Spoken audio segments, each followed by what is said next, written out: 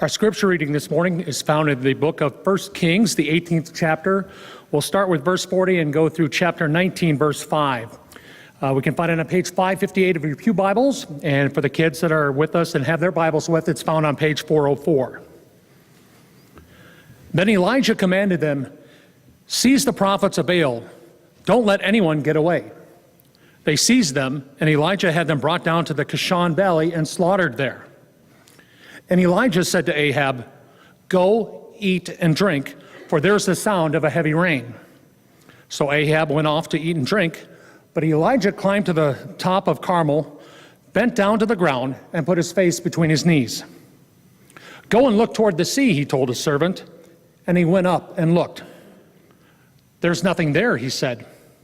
7 times Elijah said, "Go back."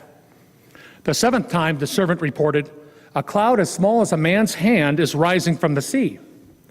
So Elijah said, "Go and tell Ahab, hitch up your chariot and go down before the rain stops you." Meanwhile, the sky grew black with clouds, the wind rose, a heavy rain started falling, and Ahab rode off to Jezreel. The power of the Lord came on Elijah, and tucking his cloak into his belt, he ran ahead of Ahab all the way to Jezreel. Now Ahab told Jezebel everything Elijah had done and how he had killed all the prophets with the sword.